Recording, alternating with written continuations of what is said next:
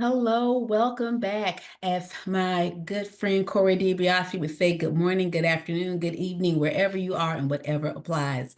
I am Kimberly Harris, subject matter expert for DEIA, that is Diversity, Equity, Inclusion, and Access, joined by my colleague, Mr. Cori Di Biase, subject matter expert for Veterans Affairs. And we welcome you to the sixth installment of our webinar on mentor-mentee relationships in the registered apprenticeship space.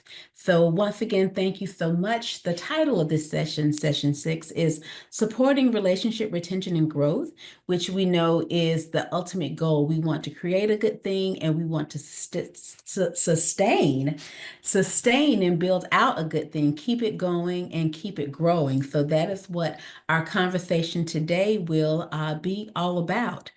And so with that, from that particular posture, and with that in mind, just a little overview of what we're going to talk about. We're going to jump in talking about, just revisiting some of the things that we have lifted up before with the roles of a mentor, and also then mining down a little bit to talk about this distinction between mentorship types by timing and duration, short-term, long-term, ongoing, and the benefits of these mentorship types, and also institutional benefits of mentorship programs. And as always, as we've done in this particular series, we'll close out by talking about the benefits and the purpose of evaluation and how it can be utilized within this particular context in particular to develop a monitoring plan for retention. So once again, growing what is good and making sure that we scale up and out and keep it going. So, we're talking about defining the expectations of timing. And with that in mind, we just want to keep in mind the role of a mentor, right? So whether we're talking about short-term, long-term or ongoing, the role of a mentor, we talked about this before, so this slide should not be new to you if you've been part of our ongoing conversation in this series. But once again, mentors support, they guide, teach, train, and manage. They supervise and they nurture and grow talent. So mentors are a key resource in an organizational toolkit to retain and grow talent, to build and retain and grow talent. And we definitely want to talk about the different ways that relationship and mentorship type can be utilized throughout the organization. So we also know that mentorship takes time. Employees who participate in mentoring programs may be nearly half as likely to leave. So this is something that we need to cultivate the fertile soil to have good relationships and have good, robust mentor-mentee relationships. But that time that it takes, that time results in payoff, right? It results in something that translates into our bottom line, from reduced attrition, which means that we don't have as high of recruitment and training costs and overturn or turnover. We can reduce those things while we increase growth and development from within, and we can also be more competitive. So we talk about, just that yield, that benefit of what a mentorship relationship can bring to an organization. And this particular reduction in attrition also results in a savings of up to, in some cases, $3,000 per mentee per year.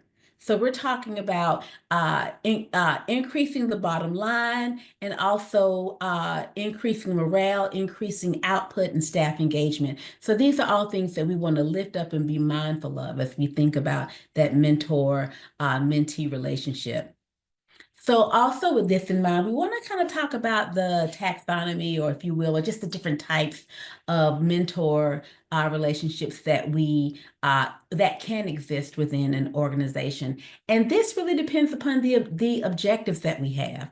We have, different types from short-term to ongoing, and these three types of mentorship relationships or mentorship types, short-term, long-term, ongoing, have different characteristics that make them appropriate for different circumstances. So with short-term mentorships, we're talking about guidance to acquire essential skills and knowledge that we need for jobs, in particular facets of a job.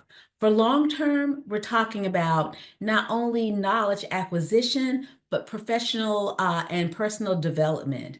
And then for ongoing mentorship, these are more indefinite and adaptable mentor-mentee relationships that are not as structured. They also typically leave a lot of space to evolve, so they are flexible, as we say, and they're nimble.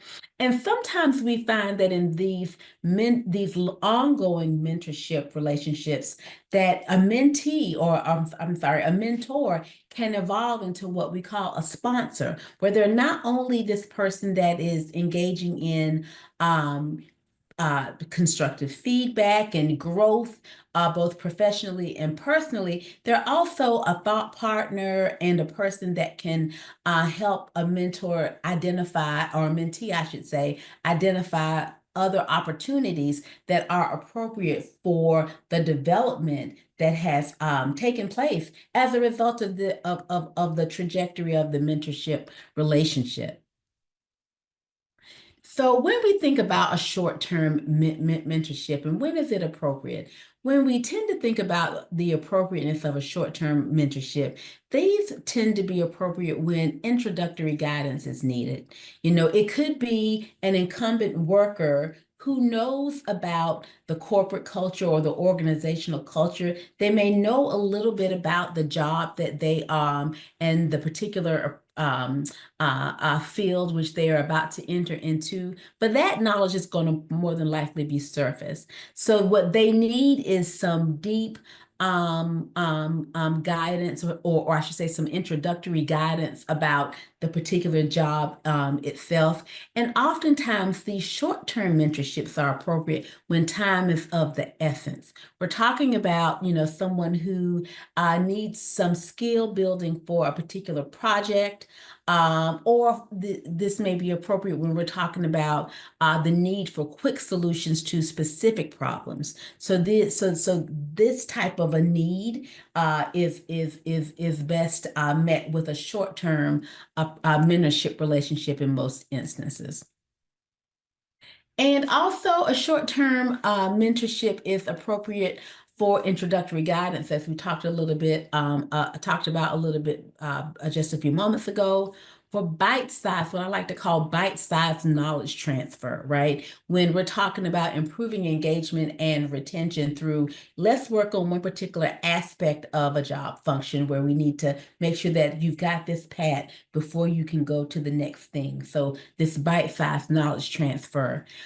Sometimes, and given the nature of the situation, this can be informal, and it can basically have some or organic connections where this mentorship may bubble up from relationships that folks have on the work line or within a particular division. And there's going to probably either be a seasoned journey person there are already, or a seasoned master skills person on the floor already. So these kind of short-term mentorship relationships can bubble up. They are also appropriate and when we're thinking about providing exposure to different people, and also appropriate as well when we're thinking about just in general, anyone in different careers, depending upon the needs that they have. But when we think about a short-term mentorship relationship, we're specifically thinking about knowledge transfer to do a particular facet of a job well. In comparison to what we tend to think about,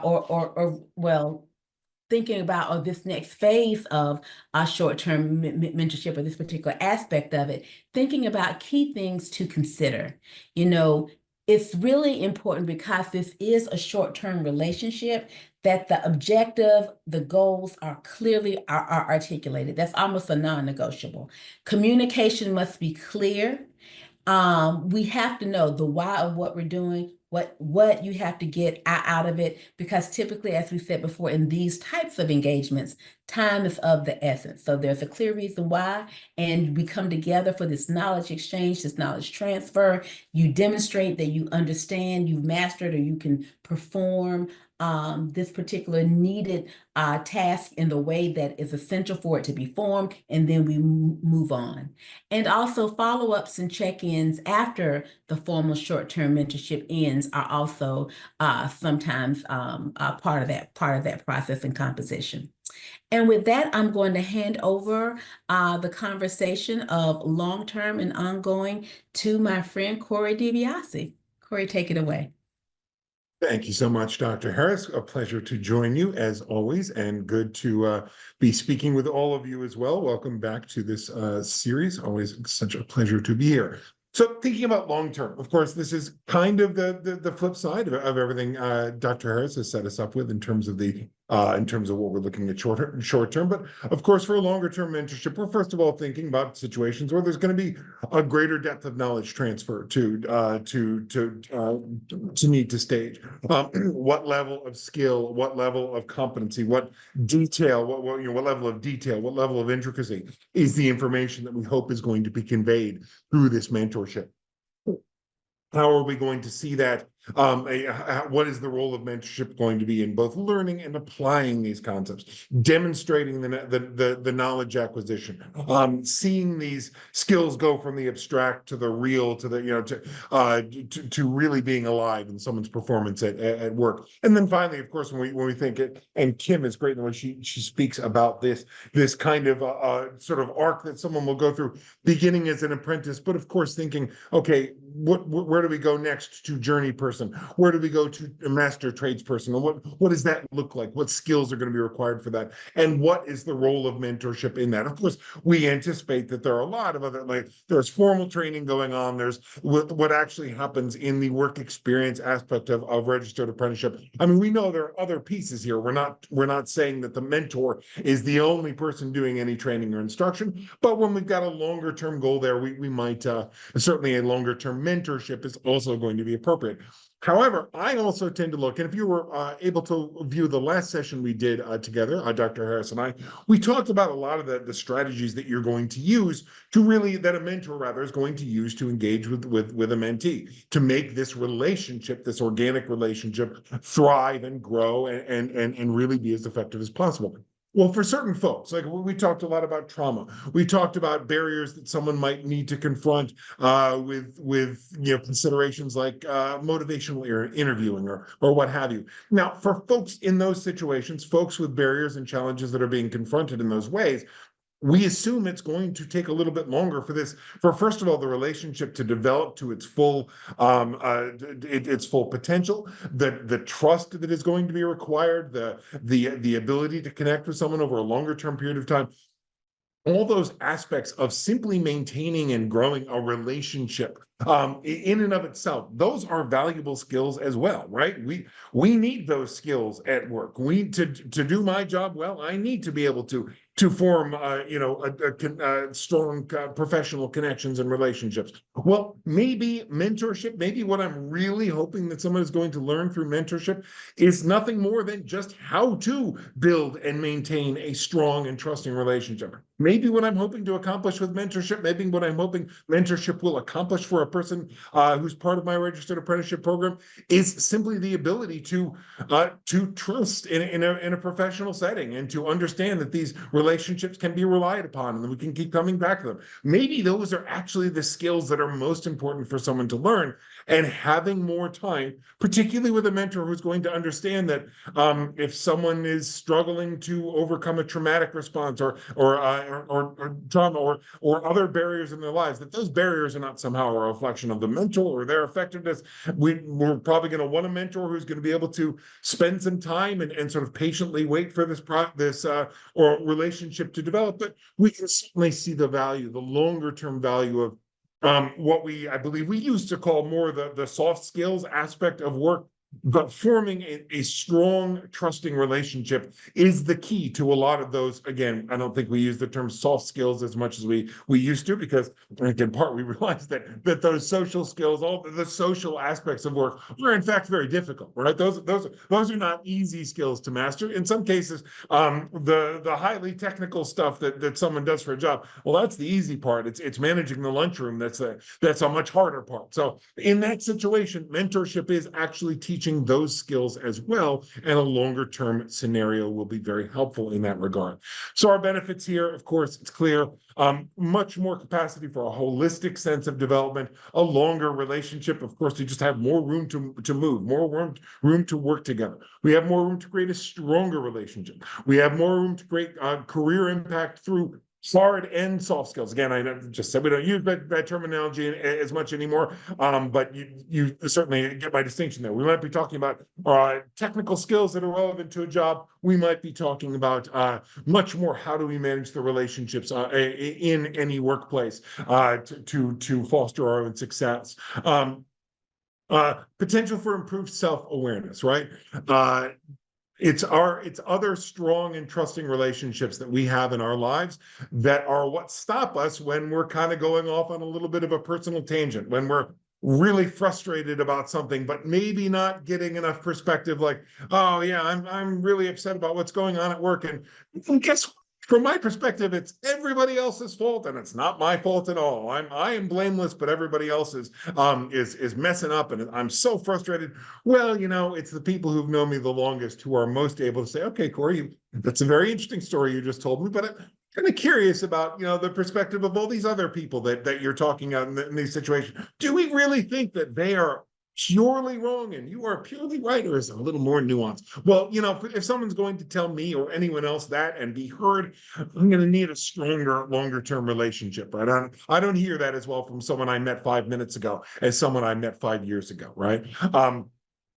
And that in turn, it's those outside voices that is actually how we learn a degree of self-awareness, right? When someone else tells us that, geez, from an outside perspective, Cori, we see it this way. Well, that's how I learned things like self-awareness, right?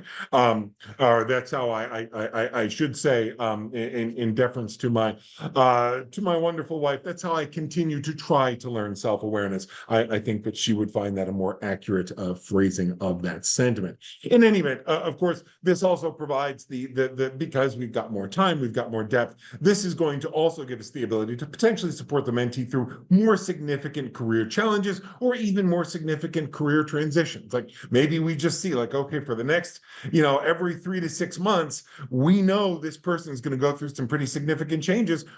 Maybe they're all good. Maybe it's all about promotions. Maybe it's all good stuff, but we all know change is difficult. And having someone to talk to as we go through change and say, okay, so what should I be expecting? What are people going to expect of me? All of those things are going to make much more sense in the framework of a longer term mentorship relationship. And then finally, of course, you might be thinking like, well, do we have to have an end date? Do we have to stamp an expiration date on this thing right from the start? Of course not. Of course not. In some cases, I should say, we'll see ongoing mentorship happen, whether you like it or not, whether we like it or not. These relationships, again, just natural organic relationships, will simply continue because folks have formed a bond, and they're not just going to say, well, the mentoring period's over, so now I don't want to ever talk to you again. They might maintain a friendship or a professional relationship, professional mentor relationship for a longer term. But we might also just kind of throw out to folks that like, hey, this is what we think is best. This can be very flexible. This can range up and down in terms of the amount of intensity. It's less necessarily structured than either a long-term or a short-term arrangement. We could potentially have fewer formal check-ins. This might be something we use to respond to specific challenges or specific, again, transition periods in a career. This isn't as good if our goal is really to say, okay, we want Cori to have all the knowledge he needs to achieve the following certification, and the mentor's role is important in teaching him this information. That's going to be a little harder. Like that's where we probably want a more structured scenario, even if we say we're going to have a very structured scenario for 6 months while Cori is getting to the point of this certification. We'll see what happens. Then maybe it becomes much more flexible. Of course, with this, we can meld and be flexible as needed to make sure the situation works the way it should. I want to talk briefly, and Kim, Dr. Harris has emphasized these points a couple of times, but just some great statistics information here on the benefits of this, the value of mentorship. Why are we doing this? Now, we know as registered apprenticeship folks, this is a piece of of what registered apprenticeship is and should be. And that's great. As far as that goes, that's awesome. So of course we want mentorship and we recognize the value there. But taking mentorship out of the context of registered apprenticeship, of course, it still has profound value. And let's just think about that kind of more in the abstract. So when I think about employers and when I think about my experience being employed, as all of us have had that experience in different ways, we want to feel, as an employee, you want to feel like your company is investing in you, is investing in your development. If it's clear that I'm working for someone who views me as like, well, if Cori doesn't work out, we'll just get Cori 2.0 or we'll get another person and we'll just slot them right in there. If I'm very replaceable, if I feel like I'm very replaceable, obviously I'm not going to invest myself in the same way in a company. Regular feedback, the notion that someone is kind of watching, paying attention and providing me feedback, that's fantastic. Of course, I want that in other ways aside from just mentorship as an employee, but mentorship is a great way to do that. Even if we're facilitating mentorship connections with folks outside of a company, to the knowledge that my employer helped set this up and is focused on this is important to me. Of course, it's going to increase buy-in. It's going to create a greater sense of alignment between my goals and my employer's goals. If I view my goals and my employer's goals as, in opposition, though, that's a huge problem, right? That means that every time I do something for my company, I'm saying, well, I'm doing something that's against my own interest. But if I see a company is invested in me, well, then everything it truly benefits me to perform in a way that benefits the company I work for, benefits the employer I work for. So all of these things are going to be very important in terms of maximizing. We can make this a dollars and cents question on a simple dollars and cents level. This is going to maximize the value of our human resources, right? It's going to show the folks that we employ that, yes, they are of great value to us. And that in turn will increase the actual dollars and cents values, that the value that an employee has to their employer, rather. More things to keep in mind. 84% of US Fortune 500 companies have mentoring programs. Well, that's pretty good, right? Fortune 500, those are good companies to be kind of thinking about how they work. Well, go up to Fortune 250, the next level up there. And we see that 90% of those companies, 96% of companies, when we get up to the Fortune 100, 96% of those companies. Or I suppose I could say if it's Fortune 100, I could just say 96 of those companies. But we won't do math and semantics at the same time. I'll spare you that geekiness on my part. And then finally, 100% of US Fortune 50 companies or the US Fortune 50 companies have mentoring programs. Well, what does this tell us, right? The more elite echelon of Fortune 500, 250, 150, the more elite echelons we go to, the more certain we are to see mentorship as an important piece of that company's work. Companies that we know, do their job very well and hire people at very high levels. There's no question that they invest in supporting the growth of their staff. It's like it would be like a farmer not supporting the growth of her crops. Like that, it doesn't make any sense, right? That our people are the value of most companies. So of course we want to value them. We want to develop that value. We want to do that because it's good for our employees. We want to do that because it's good for us, for the companies. So this is a very employer-friendly and employer-driven strategy we're talking about here. Again, and this is a fantastic pun that I cannot, and I would take credit for a pun. That's humor that is exactly in my wheelhouse. This is a great pun from my good friend, Dr. Harris, to give her full credit here that mentorship, of course, does make dollars and cents at the end of the day, a very important piece of this. So as Kim was referencing before, yes, this takes time. Yes, this takes effort. Yes. For your registered apprenticeship program, for the companies you are working for, yes, you're putting something into this, but the return on investment is, it's about as obvious and clear a return on investment as we're going to see. It's just a very, very clear the value that this has to the companies that we work with and the employers that we work with. But Without further ado, as we are into the evaluation phase of this conversation, of course, what we have to do then is to invite back the queen of all things evaluation, Dr. Kimberly Harris. Actually, I haven't been to your LinkedIn page in a while. It might be the empress of all things evaluation. I'm sorry if I got that wrong. My apologies. But either way, Kim, please take it over, and thank you very much as always. Thank you, Cori, and leave it to you to make me almost like laugh uncontrollably before I have to speak. But thank you. I have to update the LinkedIn page. But yes, all throughout our conversation in this particular series, there have been several through lines, as there should. And one of those is definitely the role of evaluation in this process. And so when we think about developing a monitoring plan, right, for retention, we want to make sure we have identified what are going to be the things that we're looking for. What's going to be the evidence of success? How do we not only keep this, amazing thing that we built on the road, how do we expand the lane so this can grow?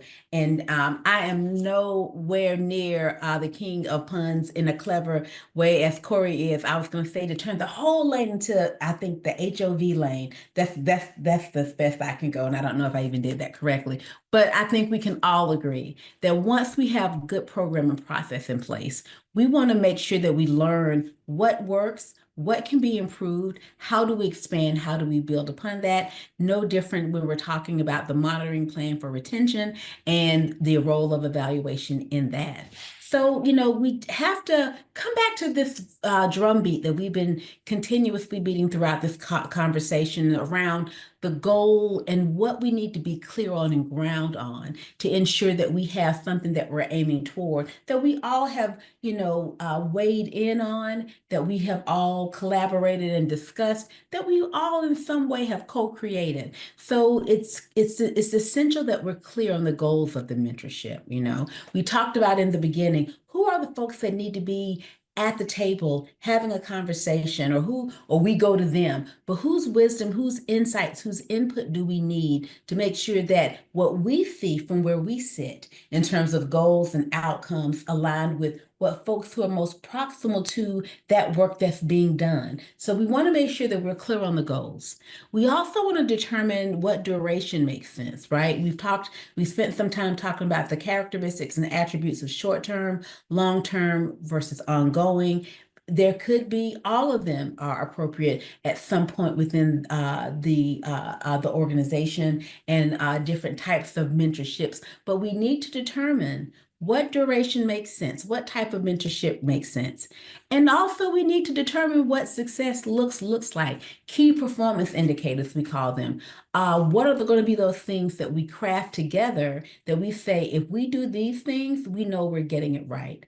And then how do we know when we get there? So what are the outcomes? What is it that we want? Do we want to grow the field? Do we want to probably yes? Do we want to also increase productivity? More than likely, definitely yes. If not, then that's another conversation we need to have. Do we want to ensure that we grow our ranks from within and we grow the overall organization, that we retain amazing talent? All those things are well within the purview of a mentorship program. When done well, we cultivate, we support, we grow, as we said before. Go back to all those things that a mentor does. When we started out this conversation, mentors develop and grow talent. And so, we want to just think about what are the things that we're looking for this mentorship to accomplish? What will success look like? How will we know when we get there? And it's also important for us to keep in mind that, a program evaluation must reflect the program design. So what do we mean by that? Program evaluation should occur alongside the actual program that we're designing. So if we're talking about a mentorship program that we're developing, well, we need to keep in mind that not just at one point in time, but at several different points in time, we will probably be conducting several different types of evaluations, as we should.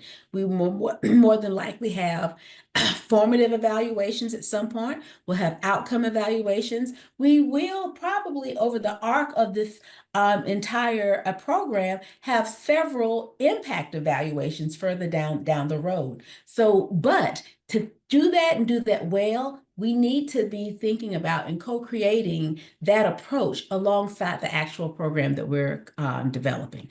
Also, we want to start with the end in mind. That's always essential. We've said this before. I can't emphasize that enough. We know that we develop mentorship programs just as we develop the apprenticeship programs that the mentorship programs in this case will serve for us to achieve a certain outcome. And we talked about what some of those outcomes could be, perhaps should be, when we think about going concern, growth, competitiveness, all the things. But whatever those outcomes are, we want to make sure that we are starting with that end in mind. And also too, representation, diversity. Diversity we know is a stance and a tool. It is something that it can be leveraged to make companies more competitive, to help them garner a larger share of the marketplace. So we want to make sure that whatever those outcomes are, and those just being some, that we have those things in mind when we craft the program, the initiative, and in this case, the mentorship program.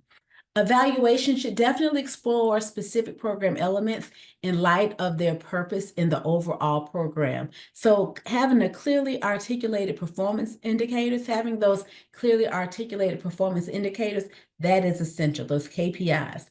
Also, how are you modeling mentorship as a mediator of those performance indicators? So how does mentorship get us to those indicators? How does it mediate that process? So we definitely want to always moderate going up, but we also want it to get us there and get us there on the trajectory and the path that we want.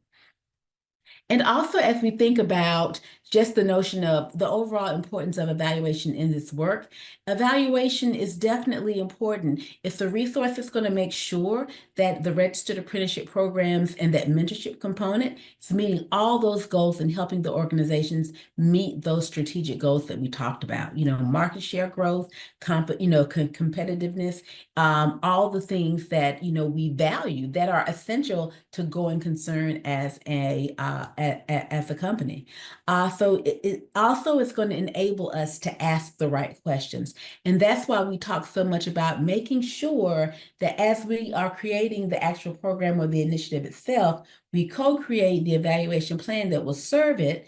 And as we do that, we have the stakeholders' voices who are needed. We have representation across those different stakeholder personas.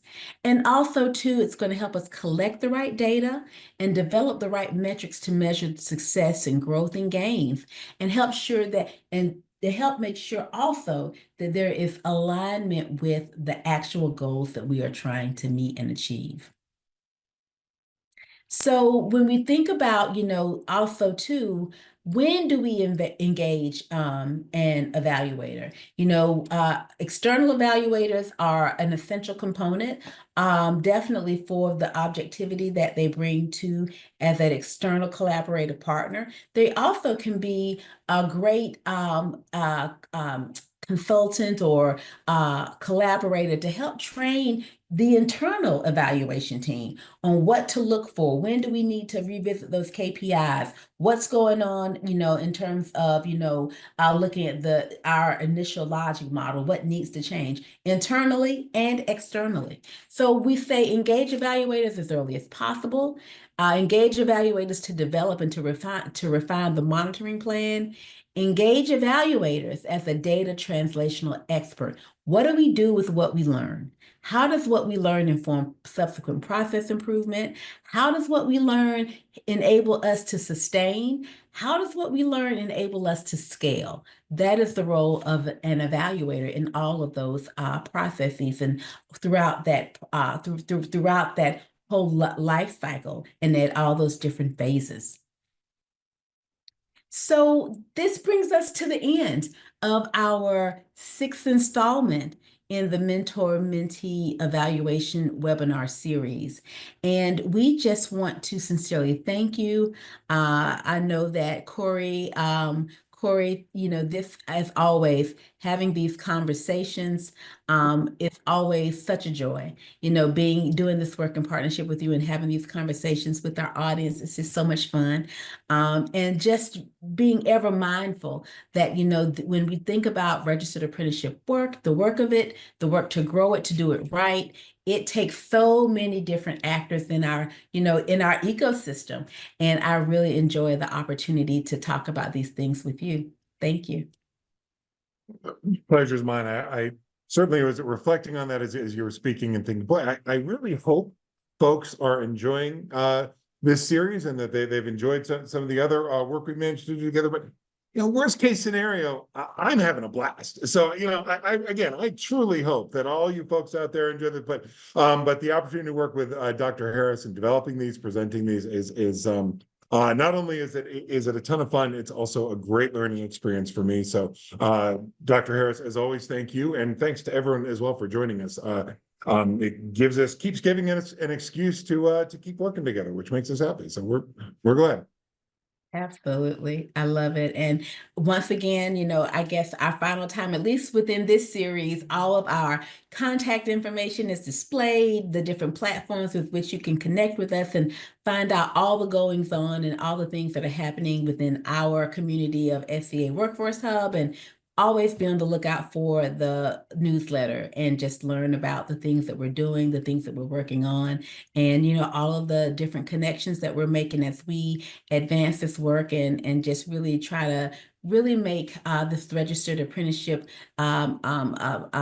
vehicle something that is available for all companies of all sizes. So thank you so much.